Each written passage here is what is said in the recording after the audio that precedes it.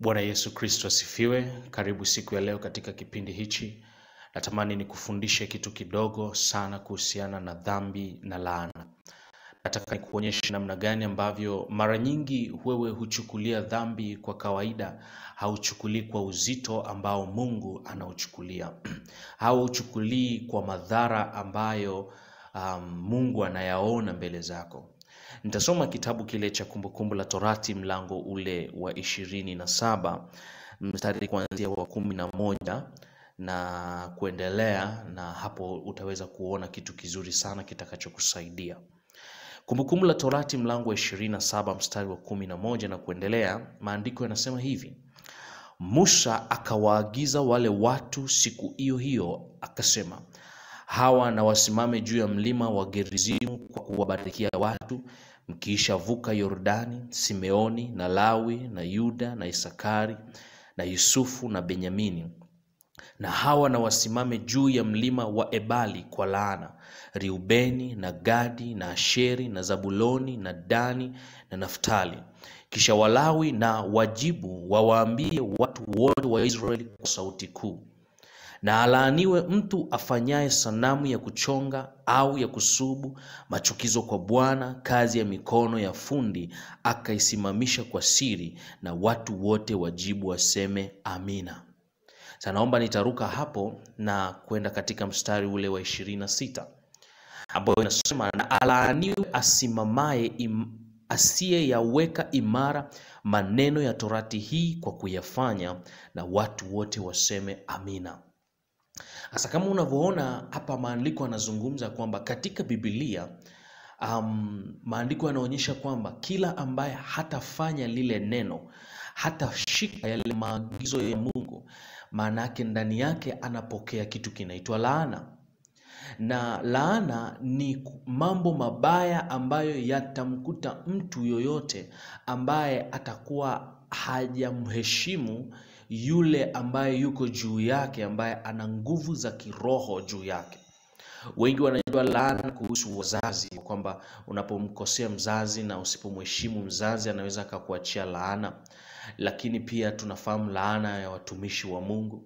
Lakini nataka leo nikuonyeshe kuhusiana na laana pale ambapo hulishiki neno la Mungu, ambapo ulifanyi neno la Mungu, ambapo unaendelea kufanya dhambi.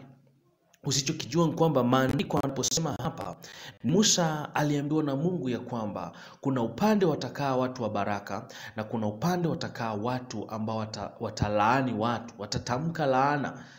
Hii laana inatamkwa, maana yake ni iko pre-coded, yani maana yake imewekwa ikisubiri mtu yoyote ambaye atafanya kitu kinyume na maandiko au kinyume na maneno yaliyotamkwa katika wakati huo yanavyotamkwa, hiyo laana itampata by automatic. Sasa watu wengi hawajui kuhusu automatic laana, yani laana ya moja kwa moja, si kwamba paka vile mzazi wako akutamkie, bali ni laana ambayo kutokana na authority au nguvu ya kiroho iliyo katika maandiko na wale ambao wamewekwa kuyatamka. Ni kwamba wana wa Israeli walikuwa kwamba kama hawatafata yale mambo ambayo Torati imesema, automatic laana inawapiga. Sasa hii automatic sio tu automatic, ni kwako wewe utaona ni automatic, lakini mbele za Mungu ni kwamba shetani atakwenda kutumia yale maneno ambayo yametamkwa katika Biblia kuachilia laana kwako, au kumwambia Mungu huyu mtu anastahili laana kwa sababu hajafanya amri zako, hajatii amri zako. Kwa unakuta kwamba kuna vitu vinaachiliwa vibaya kwako kwa sababu hujashika neno la Mungu. Sio tu hujatii wazazi, bali hujashika neno la Mungu. Unapofanya dhambi unaleta laana kwenye maisha yako, unaleta tabu kwenye maisha yako, unaleta vitu vigumu vikufuate kwenye maisha yako. Sasa ni muhimu sana uangalie hii ili ikusaidie uweze kuogopa dhambi kwa namna inavyostahili. Kwa maana ninajua wengine unaogopa dhambi lakini si kama inavyostahili. Unatakiwa uogope dhambi kwa uzito, Uogope dhambi na uchukie dhambi kama Mungu anavyoichukia dhambi. Uchukie uzinzi, uchukie ulevi, uchukie pornografia, uchukie kujichua, uchukie sigara, uchukie bangi, uchukie uongo, uchukie mizaha, uchukie mauaji, uchukie kwa uzito, ukijua kwamba matokeo yake, hasara ni kubwa kiasi gani. Najua kuna hasara ya kutokuingia mbinguni, hasara ya kwenda kuzimu, lakini hapa duniani ni kwamba unakuta umepigwa na laana. Kuna mambo yanakwama kwenye maisha yako. Hakuna mchawi mwingine isipokuwa ni shetani. Ametumia maandiko ambayo yamesema kwamba yeyote ambaye hafanyi maandiko, hasikilizi na kufanya neno la Mungu, basi huyo mtu anastahili laana, anastahili laana mbele za Mungu. Kwa hiyo hayo mambo unakutana kufuatilia. Kwa hiyo siku ya leo nataka nikuambie kwamba tii neno la Mungu, kwa sababu usipotii ipo laana itakuwa inakupiga. Yako mambo yatakuwa yanakupiga, si paka mchungaji atamke, au si paka mzazi wako atamke, au mtu fulani atamke. Ni kwamba neno la Mungu lenyewe kwa namna ilivyowekwa ni kwamba litakufuatilia wewe na kukulaani. Wana wa Israeli hakika ambapo hawakutii neno la Mungu, hawakufuata yale maagizo ambayo Mungu alikuwa anawapa, maandiko yako wazi ya kwamba walianza kupokea maisha magumu, na mambo magumu yalianza kuwapata katika maisha yao. Wakachukuliwa wakaenda utumwani, wakaanza kupata njaa, wakaanza kupata shida, vita vikawa kwao haviishi, damu haziishi kumwagika. Sikiliza, kama unataka utembee vizuri kwenye hii dunia, usipate na laana ambazo zimeandikwa katika Biblia, shikilia amri za Mungu, tii amri za Mungu, zibebe kwa uzito kama vile Mungu anavyotaka uzibebe. Usizibebe kwa uwepesi, usizibebe kwa kawaida, bali zibebe kama vile Mungu anavyotaka uzibebe. Mungu akusaidie sana. Bwana akuwezeshe sana. Hapo ulipo, kama unahitaji kufanya maombi kwa ajili ya jambo hili, yumkini una laana ambazo zinakufuatilia, yumkini kuna dhambi ambazo hujazitubia sawa sawa, kuna dhambi ambazo unaziwekea mzaha, ndugu yangu, ni wakati wa kutengeneza. Ni wakati wa kutengeneza ili uanze kupokea maisha yenye baraka. Usiseme unatafuta baraka tu mpaka mzazi wako akuwekee mkono. Usitaki tafuta baraka tu mpaka vile mchungaji akuwekee mkono. Kuna baraka utazivuna just kwa sababu unatii neno la Mungu, unatii amri za Mungu, unaenda sawa sawa na Mungu alivyokuagiza. Ninakuomba, ninakushauri, nenda katubu sasa. Natamani niombe na wewe. Nenda katubu sasa. Dhambi yoyote ambayo inakusumbua, ambayo inakupa tabu, ambayo inakupa changamoto, ambayo umeidharau, tubu sasa, maana shetani anatumia hiyo dhambi kwa kupitia neno la Mungu kuachilia laana kwenye maisha yako, kuachilia mambo magumu, kuachilia kukwama, kuachilia ukuta, kuachilia mashimo, kuachilia magereza ya kukufunga usiende mbele. Yupo Yesu atakayeweza kukusaidia, maana Yesu alifanyika laana kwa ajili yetu. Alikufa akatundikwa juu ya mti ili kila mmoja ambaye amelaaniwa ile laana iende kwake. Sasa si tu unamkimbilia Yesu pasipo kusema ni mzigo gani unatamani ya kutue. Lazima hiyo dhambi ambayo umekaa nayo kwa muda mrefu umpelekee Yesu akutue sasa. Hebu twende tukaombe saa hii. Fikiria ni ipi. Uende ukatubu na tuende tukaombe ili hiyo laana ambayo yote imekupiga bila wewe kujua. Maana laana impati mtu pasipo sababu. Laana ukiona inakupiga, maana yake ni kwamba kuna sababu. Na unaweza ukasema mimi sina laana, lakini angalia maisha yako. Je, yako viwango katika ambavyo Mungu anataka ukae? Je, uchumi wako uko katika viwango ambavyo Mungu anataka ukae? Je, familia yako iko katika viwango ambavyo Mungu anataka ukae? Unajua mwenyewe, wewe na maisha yako unajua. Kama unaona haipo, sababu zinaweza zikawa nyingi, lakini moja ya sababu inaweza ikawa ni laana ambayo imekuja kwako baada ya kuacha kufuatilia na kutii amri za Mungu. Ziko nyingi sana, siwezi kusema zote, lakini yote ambayo Roho Mtakatifu anakusemesha saa hii, ndio hiyo ambayo unapaswa kuitubia.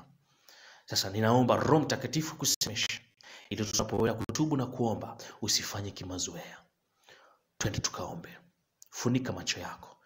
Sikiliza sala hii, chukua hiyo kwako. Sema, Bwana Yesu, ninakuja kwako. Ninaomba unirehemu. Ninaomba unisamehe. Futa makosa yangu. Futa dhambi yangu. Unaweza ukataja hiyo dhambi ambayo unatamani aifute. Kama huijui hiyo dhambi, pause hii video upate kuifikiri. Maana hiyo dhambi ndiyo inayoleta laana mbele yako. Maana imeandikwa, alaaniwe asiyeweka imara maneno ya torati hii. Sasa si torati hiyo tu, maana yake asiyeweka imara maneno ya Mungu na kuyashika katika Agano Jipya. Fikiria hiyo dhambi, itubu, iseme mbele za Bwana sasa. Iseme mbele za Bwana. Ukishasema, sema maneno haya. Mungu, ninaomba toba katika hili. Kwa damu ya Yesu Kristo. Laana ambayo imeambatana na mimi kutokana na dhambi hii, Bwana, ninaomba uifute kwa damu yako iliyomwagika msalabani. Katika jina la Yesu Kristo, ninaomba kuanzia leo nipokee baraka ninazostahili kupokea sawa sawa na neno la Bwana. Katika jina la Yesu ninaomba nikiamini. Amen. Naomba nikuombee. Baba, katika jina la Yesu Kristo mwana Mungu aliye hai, asante kwa ajili ya huyo baba, huyo mama, huyo kaka, huyo dada, huyo ambaye ananitazama au ananisikiliza. Ninaomba umsamehe dhambi ambayo Bwana ameifanya. Dhambi ambayo shetani ameitumia ili kuachilia laana kwenye maisha yake. Ninaomba ufute hiyo laana. Maandiko yanasema wewe ulifanyika laana ulipoangikwa juu ya mti pale msalabani. Ninaomba laana hiyo ichukue, maana amekiri, ametubu. Mashtaka ambayo shetani ameyaweka mbele zako ili apigwe na laana kijana huyo au mama huyo au baba huyo, Bwana, ninaomba uyafute kwa damu ya Yesu Kristo mwana Mungu aliye hai. Na kuanzia sasa ninatamka baraka ianze kuachiliwa. Vifungo vilivyokuwa vimefungwa kwake, vikwazo vilivyokuwa vimekwazwa kwake, mazuio yaliyokuwa yamezuiwa kwako, katika jina la Yesu yapate kuondoka, yapate kutawanyika, yapate kugawanyika kwa jina la Yesu Kristo mwana Mungu aliye hai. Bwana, kuanzia sasa ninanena utakaso uliotimilika. Vila vikwazo vilivyokuwa vimewekwa vikaondoke, vikavunjike kwa damu ya Yesu Kristo mwana Mungu aliye hai. Bwana, tembea ndani yake, tembea kwenye maisha yake. Mfungulie sasa ubaraka, mfungulie sasa maisha mapya, mfungulie sasa uchumi mpya, mfungulie sasa familia mpya, mfungulie sasa njia mpya ili apate kukuona wewe. Katika jina la Yesu, pokea baraka, pokea neema ya Mungu. Laana zote na zifutwe kwa damu ya Yesu Kristo mwana Mungu aliye hai. Mungu akubariki sana. Jina la Bwana libarikiwe. Ninaomba nikiamini. Amen. Basi Mungu akubariki sana. Kwa wale ambao watakuwa na ushuhuda, wana maswali, wana sadaka, unaweza ukatuma katika namba zetu. Namba yetu ni 0714 766 148. 0714 766 148. Ukatuma shuhuda zako kama umefunguliwa, unataka maombi, unataka ushauri, una maswali ya Biblia, unataka uachilie sadaka kwa ajili ya huduma hii, kwa maendeleo ya huduma hii, tuma mahali hapo na Mungu atakubariki sana. Tangia sasa na hata milele. Tutaonana katika kipindi kijacho. Amen.